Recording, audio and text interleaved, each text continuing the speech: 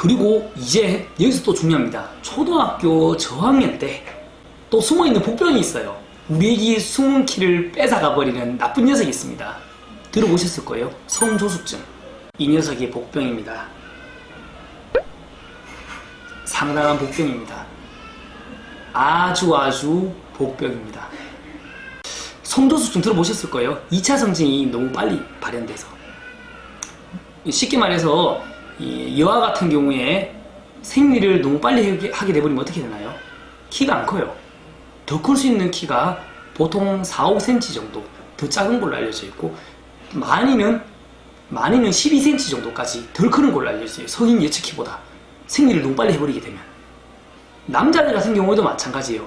2차 성징이 너무 빨리 와버려서 너무 빨리 초반에 커버리면은 안 큽니다.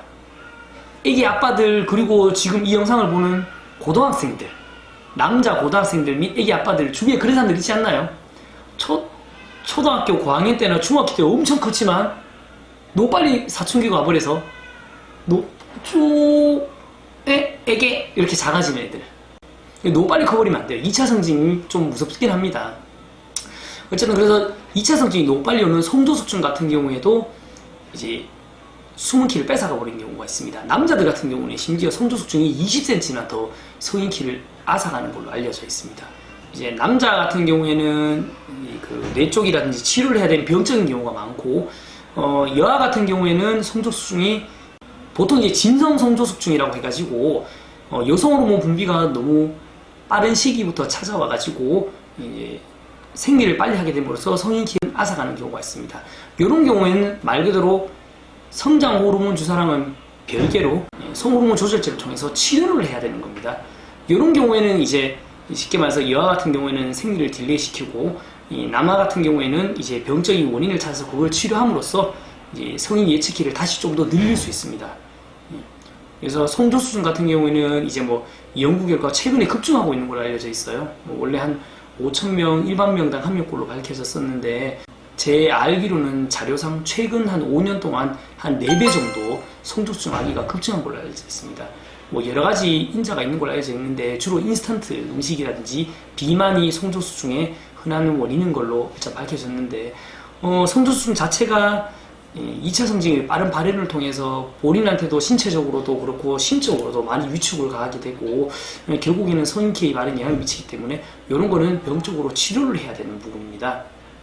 그래서 가끔씩 뭐 진료실 수준에서 2차 성징이 너무 빨리 나타나가지고 이제 성조숙증 검사를 하고 결국 성조숙증 진단을 받았는데, 가끔씩 보호자분들 이런 말씀하신 분들 가끔 흔치 않습니다만 가끔 있어요. 자연스럽게 그냥 내비둘 것이지 사람이 순리대로 이런 걸 굳이 호르몬제를 써서 치료해야 되느냐 라고 묻는 분들이 조금, 그러면 저도 조금 당황스럽긴 한데, 아까 전에 말씀드렸다시피 막상 애기들이 가지는 심적 스트레스라든지 신체적인 변화, 그리고 성인 키에 대한 손실은 사실 이루 말할 수도 없고, 그렇게 치면은 사실 뭐 혈당 조절을 위한 당뇨약을 왜 먹을 것이며 순리대로 그냥 가면 되지, 혈압이 올라가 있는데 순리대로 가면 되지 왜 혈압을 인공적으로 떨어뜨릴 것이며, 뭐 그렇게 생각할 수 있을 것 같아서, 뭐 일단은 치료를 해야 되는 병적인 부분에 대해서는 당연히 연구 결과 득이 되는 부분이 많은 걸로 알려져 있기 때문에 치료를 하는 게 훨씬 안전합니다. 여아 같은 경우에는 만 8세 이전에 이제 유방 발육이 있다든지, 남아 같은 경우에는 만 9세 이전에 고환 용적률이 한 4cc, 4mm라든지 고환의 장축이 2.5cm 이상, 뭐 그리고 이제 뭐 음모 같은 게 좀 보이거나 이러면은 이제 성조숙증을 의심해가지고 병원에 가서 치료를 그리고 검사를 하기를 권합니다. 어쨌든 뭐 굳이 제가 말씀 안 드려도 키라는 게, 뭐 저도 사실 키에 대해서 조금 예민해요. 키 욕심 좀 있어요. 조금만 2cm만 더 컸어도 180을 찍는데 안타깝습니다. 아무튼 뭐 저는 이제 다 컸으니까 우리 아들은 한 185까지. 자, 일단은 얘기가 좀 많이 길어졌습니다. 조금 정리를 할게요. 애기들을 키우는 어머님 아버님들 같은 경우에는 뭐 아직까지는 너무 어리기 때문에 키 크는 데에 너무 집중하실 필요는 없어요. 단 더 클 수 있는 애기를 덜 크게 만들어서는 안 돼요. 무슨 말이냐면, 아까 전에 말씀드렸다시피 뭐 비타민 D가 부족한 애기, 그리고 빈혈이 있는 애기는 치료를 해줘서 숨은 키를 찾아줘야 됩니다. 그리고 너무 자주 아픈 애기들도 덕후수는 기회를 박탈되게 돼요. 애기들 아플 때마다 어떻던가요? 아프면 잘 안 먹어요. 그리고 어때요? 아프면 잘 안 먹기만 하나요? 잘 못 자요. 무슨 말씀인지 알겠죠? 벌써 수면 및 영양에 영향을 미칩니다. 근데 그게 영아기에는 어쩔 수 없이 엄청 자주 반복됩니다. 그럼 자주 아픈 애기들 어떨까요? 당연히 숨기를 놓치게 되는 경우가 많습니다. 그리고 또 하나, 알레르기성 비염이 있거나 아토피 있거나 이런 애기들 어때요? 코 때문에, 피부 때문에 잘 못 자죠.